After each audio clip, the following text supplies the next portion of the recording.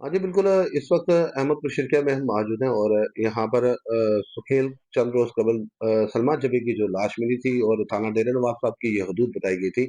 इस हवाले से हमारी टीम पहुँची है, अमीर अख्तर बीवी हैं, जिन्होंने उस बच्ची को लेपाल लिया हुआ था और उसके बाद कानूनी डॉक्यूमेंट्स के बाद जो है ना उसकी कफ़ालत कर रही थी, उसकी तमाम तर ज़िम्मेदारी इनके ऊपर थी और सलमा जबी जब जवान हुई, तो उसके बाद शादी की ज़िम्मेदारी भी इन्होंने उठाई।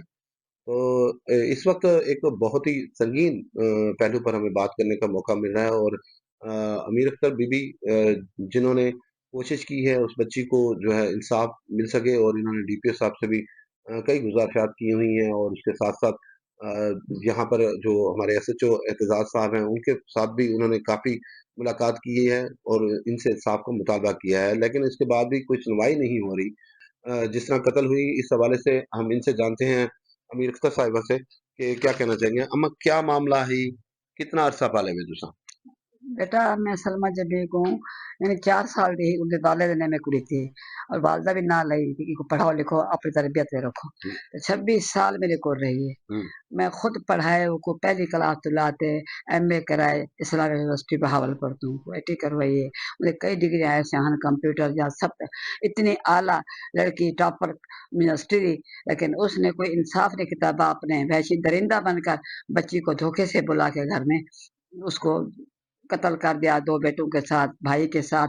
यानी उसने कोई हमें ज़ालिम ने कोई हमसे ज़िद लेनी थी, क्या मुसीबत है कि धोखा किया है सारा। शादी भी खुद तय करवाई है, खुद बैठ के हर चीज़ डेट सब कुछ। लेकिन उसके बाद इसको पता नहीं क्या हो क्या गया क्या नाम शैतान था उसके बाप का?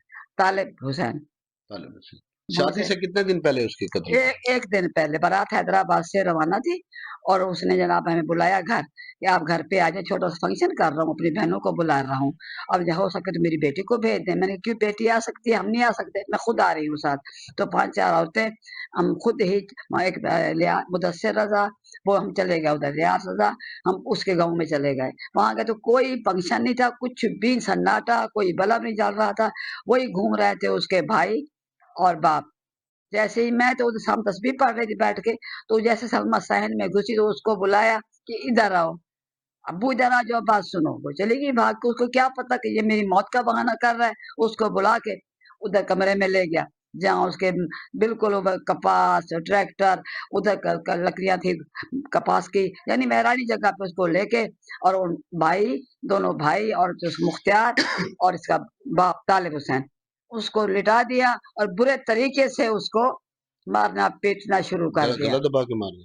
गला दबा के दोनों बैठे थे आगे तालिब पीछे जीशान पाऊं और वो जो पकड़ दे और दूसरा जो है उस्मान उसके पास पिस्टल था उसने कहा खबरदार हट जाओ पीछे ये मेरे पास मैं उड़ा दूंगा इस तरीके से हम बहुत मजबूर हो गए बहुत परेशान हो गए आपकी आँखों के सामने?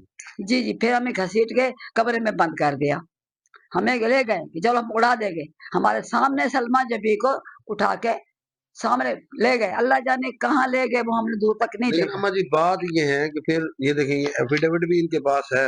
ये ज़ियारत के लिए आज से 5-7 साल पहले गई थी तो इन्होंने एफ़िडेविट लिया हुआ था बच्ची लेपाले का।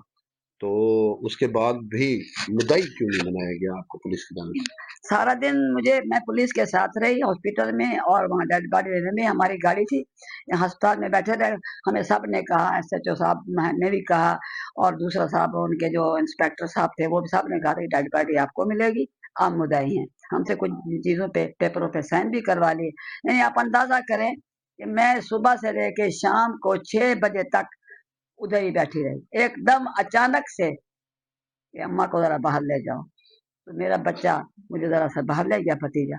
उसके बाद सारे जब ना डेड बॉडी मिली और ना ही मुझे मुद्दाई बना, मुद्दाई खुद बन गई पुलिस। पुलिस खुद मुद्दाई बन गई जी, ये बहुत अहम सवाल है।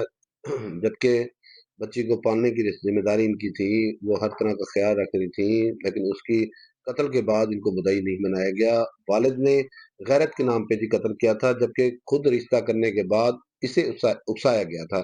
इसके भाई की जानिब से उकसाया गया था क्योंकि भाई के 2 रिश्ते जो है, वो तालिब हुसैन ने लेने थे भाई से और 1 रिश्ता ये अपनी बेटी का उन्हें देना था।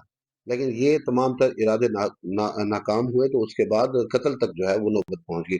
इस वक्त कासिम हमारे साथ मौजूद है जो हैदराबाद से यहाँ आए हुए हैं।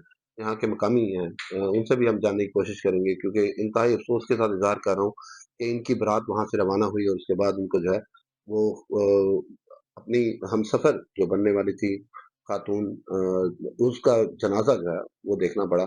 उसका कत्ल इस तरह बेदर्दी से किया गया, आज तक इनके ज़हन में जो है बहुत ही अजीब सवालात हैं और नाइंसाफ़ियाँ हैं जो इस वक़्त इनके साथ अभी तक हो रही हैं। मैं कासिम भाई से बहुत ही भरे दिल से बात करना चाहूँगा।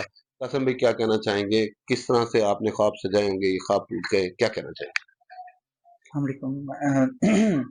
इसमें बात यह है कि ये आप बड़ों पकड़ की लीजिए, इसमें बोल बड़ों की हमारी अपनी रज़ा तो थी, लेकिन बड़ों की खुशी की खातिर इतना अरसा इंतज़ार किया कि बड़ों की इज़्ज़त भी रखी जाए।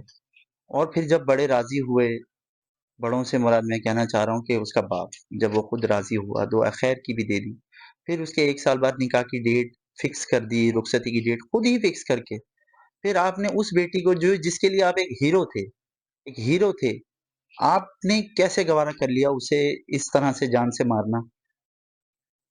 इस तरह से ज़ालिम दरिंदे आप बन गए। आप मैं तो वो जाने वाली तो वापस नहीं आ सकती, लेकिन मेरा हुकूमत से ये मुतालबा है कि इसमें मौजूद मुल्ज़िमान को इतनी सख्त से सख्त सज़ा दी जाए कि कल को दोबारा किसी भी सलमा जबी के साथ इस तरह का कुछ भी ना हो। नहीं, मेरा ये सवाल है कि आप जिस तरह बता रहे हैं, तो आपको मुद्दाई क्यों नहीं बनाया गया? उसके लिए तो मुद्दाई तो बनना अम्मा का बिल्कुल ज़रूरी बिल्कुल। था।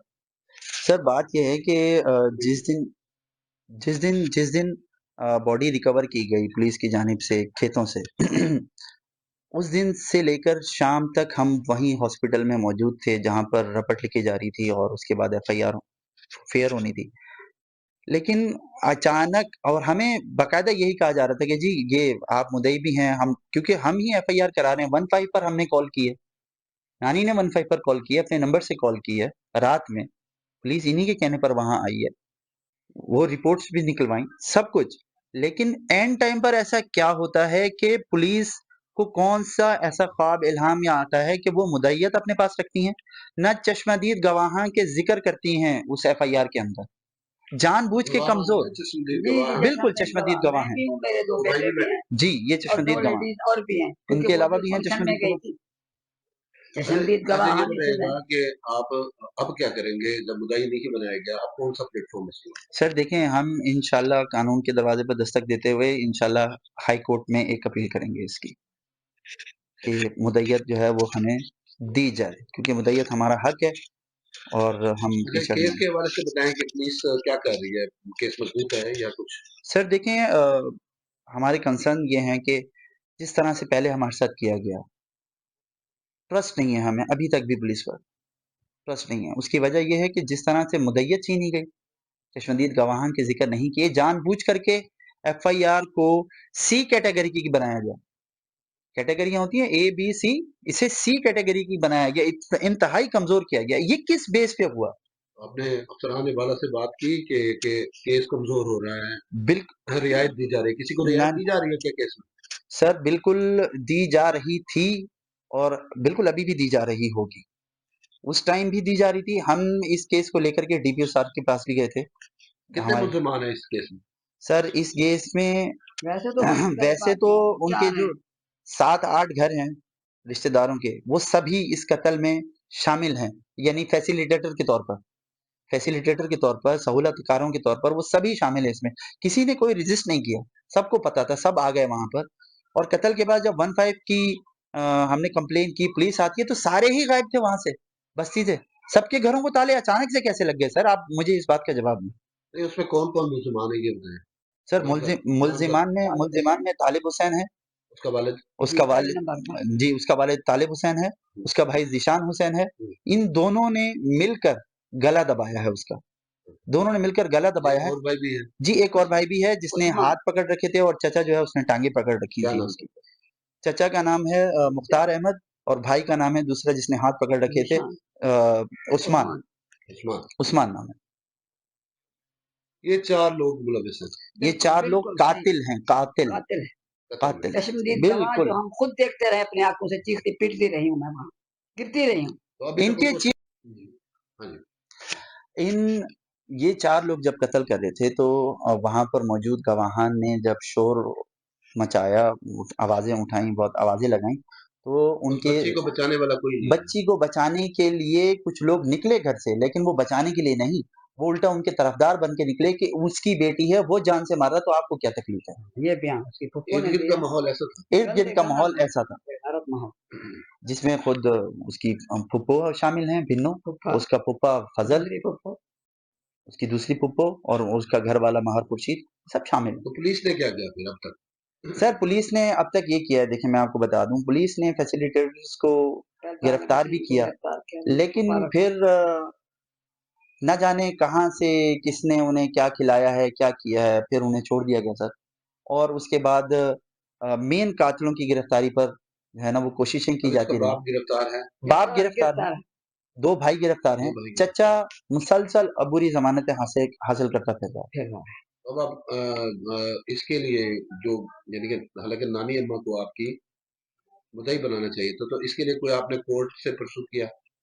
सर, हमने स्टेप बाय स्टेप कानूनी अ, चीज़ों को फ़ॉलो करते हुए कोशिशें की, लेकिन अब हम इंशाल्लाह हाई कोर्ट जाएँगे और हाई कोर्ट जाएँगे।